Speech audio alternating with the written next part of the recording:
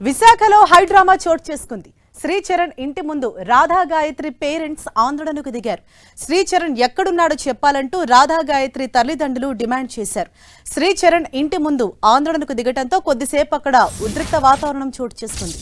రాధా గాయత్రి మృతి కేసులో శ్రీచరణ్ 5 రోజులుగా కనపడకుండా పోయాడని, శ్రీచరణ్ తల్లే అతన్ని దాచినట్లు రాధా గాయత్రి తల్లిదండ్రులు ఆరోపించారు. అయితే చరణ్ ఎక్కడున్నాడో తనకు తెలియదంటూ వాగ్వాదానికి దిగారు శ్రీచరణ్ తల్లి. తన బిడ్డ ఎలాంటి తప్పు చేయలేదని, శ్రీచరణ్ తప్పు చేస్తే మేమే ప్రాణాలు తీసుకుంటామని అన్నారు.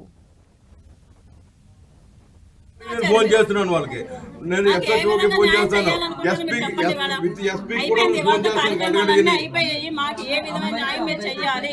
మీరు ఏమనుకుంటున్నారు? మీ అబ్బాయిని ఇప్పుడు తప్పిస్తారా, లేకపోతే మీ ఉద్దేశం ఏం చెప్పండి? మీరు ఎక్కడికి వెళ్ళాలనుకుంటున్నారు, ఏం చేయాలనుకుంటున్నారు? ఇవాళ మాకు అది కావాలి. ఎందుకంటే మీ అబ్బాయి ఎక్కడున్నాడు ముందు రమ్మని, గ్రౌండ్ లోకి రమ్మనండి. ఇవాళ వచ్చి నేను చెయ్యలేదు, మా కాల్ చేశాడు కాబట్టి మా అమ్మాయి లేదు, న్యాయం జరగట్లేదు అంటే మీ ఇద్దరు చావాలన్నమాట. నేను చేస్తే వస్తుందా న్యాయం చెప్పండి? ఇప్పుడే చచ్చిపోతాం, ఇప్పుడే. మేము మా ఫ్యామిలీకి ఎవరికి చెప్పుకోలేకపోతున్నాం. నిజంగా తప్పు చేస్తే మేము చేస్తామండి, మేము చేస్తాం. తప్పు చేసి కడిగిన ముత్యం అయినప్పుడు వాడు బయటికి రావాలి కదా. ఇవాళ ఎందుకు లేదు? అక్కడ మసూరీలు లేడు. మీరు అన్న 4-5 రోజులు అయింది. ఇవాళకి సోమవారం నుంచి ఇవాళ శుక్రవారం గంట ఫోన్ చేస్తున్నాను వాళ్ళకి, నేను ఎస్ఎస్ఓకి ఫోన్ చేస్తాను, ఎస్పీ కూడా ఫోన్ చేస్తాను. అయిపోయాయి, మాకు ఏ విధమైన న్యాయం మీరు చెయ్యాలి? మీరు ఏమనుకుంటున్నారు? మీ అబ్బాయిని ఇప్పుడు తప్పిస్తారా, లేకపోతే మీ ఉద్దేశం ఏం చెప్పండి? మీరు ఎక్కడికి వెళ్ళాలనుకుంటున్నారు, ఏం చేయాలనుకుంటున్నారు? ఇవాళ మాకు అది కావాలి. ఎందుకంటే మీ అబ్బాయి ఎక్కడున్నాడు ముందు రమ్మని, గ్రౌండ్ లోకి రమ్మనండి. ఇవాళ వచ్చి రైట్, దీనిపై మరింత సమాచారం మా ప్రతినిధి జార్జ్ మనకు అందిస్తారు. జార్జ్, ప్రెజెంట్ శ్రీచరణ్ ఇంటి దగ్గర నెలకొన్న సిచ్యువేషన్ ఏంటి? అసలు ఏం చెప్తున్నారు చరణ్ వాళ్ళ పేరెంట్స్ ఏమంటున్నారు?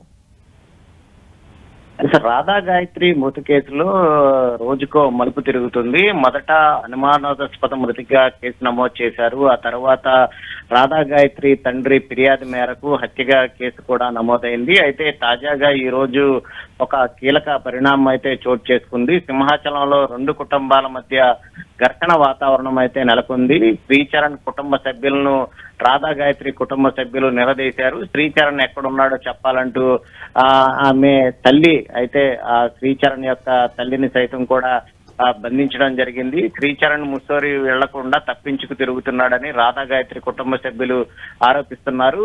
రాధా గాయత్రి పెదకర్మ వేదికగా ఈ వివాదం అయితే రాసుకుంది.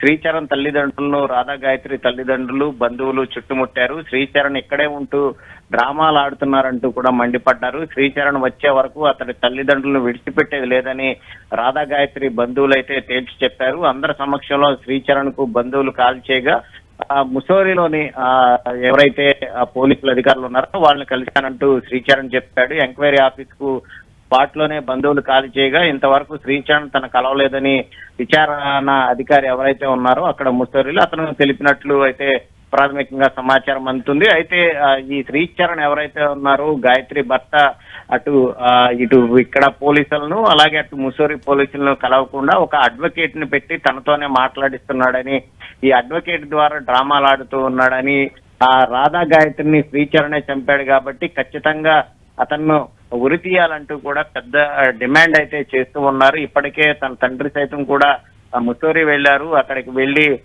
11 పేజీలతో సంబంధించిన ఒక కంప్లైంట్ ని సైతం కూడా వాళ్ళకు ఇవ్వడం జరిగింది. దీంతో ముసోరి పోలీసులు సైతం కూడా హత్య కేసుగా అయితే నమోదు చేశారు. ఈ ఉత్తరాఖండ్ ముసోరిలో ఈ రాధా గాయత్రి అనుమాద పుస్తకంలో మృతి చెందిన సంఘటనకు సంబంధించి ఇప్పటికే వాళ్ళ తల్లిదండ్రులు ఇక్కడ ఉన్న అధికారులను అయితేనేమి కానీ పలువురు రాజకీయ నేతలను అయితేనే కానీ కలిశారు. తర్వాత చివరిగా రాధా గాయత్రి తన తల్లితో మాట్లాడినట్టు చెప్తున్న ఒక ఆడియో క్లిప్ కూడా వెలుగులోకి వచ్చింది. అందులో ఆ భర్త ప్రవర్తనపై ఆమె తీవ్ర ఆవేదన వ్యక్తం చేసింది. ఇప్పటికే మృతురాలి తండ్రి ఫిర్యాదు మేరకు శ్రీచరణ్ మీద కేసు అయితే నమోదు చేశారు. అయితే శ్రీచరణ్ ఎక్కడున్నాడంటూ చెప్పాలంటూ కూడా ప్రస్తుతానికి రాధా గాయత్రి తల్లిదండ్రులు, బంధువులు అయితే వాళ్ళని బంధించడం జరిగింది. అయితే ప్రస్తుతానికి అయితే వివాదం సద్దుమణిగినప్పటికీ శ్రీచరణ్ మీద కఠిన చర్యలు తీసుకోవాలని అయితే రాధా గాయత్రి తల్లిదండ్రులు డిమాండ్ చేస్తూ ఉన్నారు.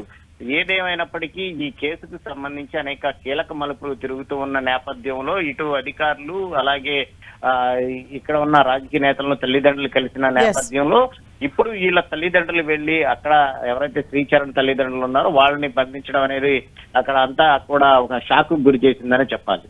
జార్జ్, అంటే శ్రీచరణ్ వాళ్ళ పేరెంట్స్ ఏం చెప్తున్నారు? అంటే శ్రీచరణ్ అసలు ఎప్పుడు ఇంట్లో నుంచి వెళ్ళిపోయాడు? లాస్ట్ టైం ఫోన్ కాల్ మాట్లాడడం కానీ లేకపోతే ఇక్కడికి వెళ్తున్నానని చెప్పటం, ఇలాంటి అప్డేట్స్ ఏమైనా మీకు తెలుస్తున్నాయా? లేదు అని అంటే ఏమైనా మిస్సింగ్ కంప్లైంట్ ఏమైనా ఇచ్చారా?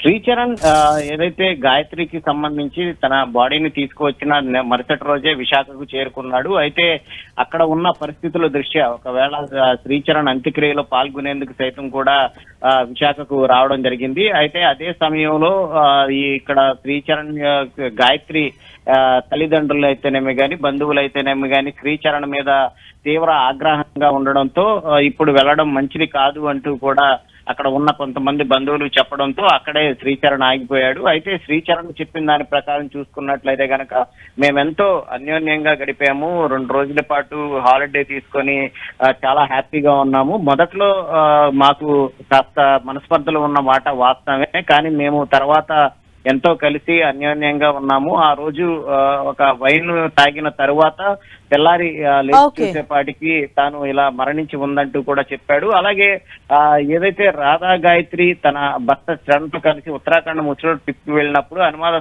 స్థితిలో మృతి చెందిన విషయం తెలుసుకున్నటువంటి శ్రీచరణ్ తల్లిదండ్రులు సైతం కూడా కాస్త దిగ్భ్రాంతికి గురయ్యారు.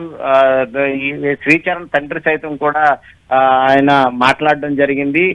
తన కుటుంబంపై వస్తున్న ఆరోపణలు సైతం కూడా వాళ్ళు ఖండించారు. ఇరు కుటుంబాల మధ్య ఉన్న సంబంధాలను సైతం కూడా ఆయన వివరించడం జరిగింది. రాధా గాయత్రి తల్లిదండ్రులు తమ కుటుంబం చేస్తున్న ఆరోపణలను తాను ఎంత మాత్రం అంగీకరించారని శ్రీచరణ్ తండ్రి దుర్గాప్రసాద్ తెలిపాడు. రాధా గాయత్రిని పోగొట్టుకున్న ఆమె తండ్రి ఎంత బాధపడుతున్నారో అంతకన్నా ఎక్కువగా తాను బాధపడుతున్నట్లు ఆయన శ్రీచరణ్ తండ్రి కూడా తెలిపాడు.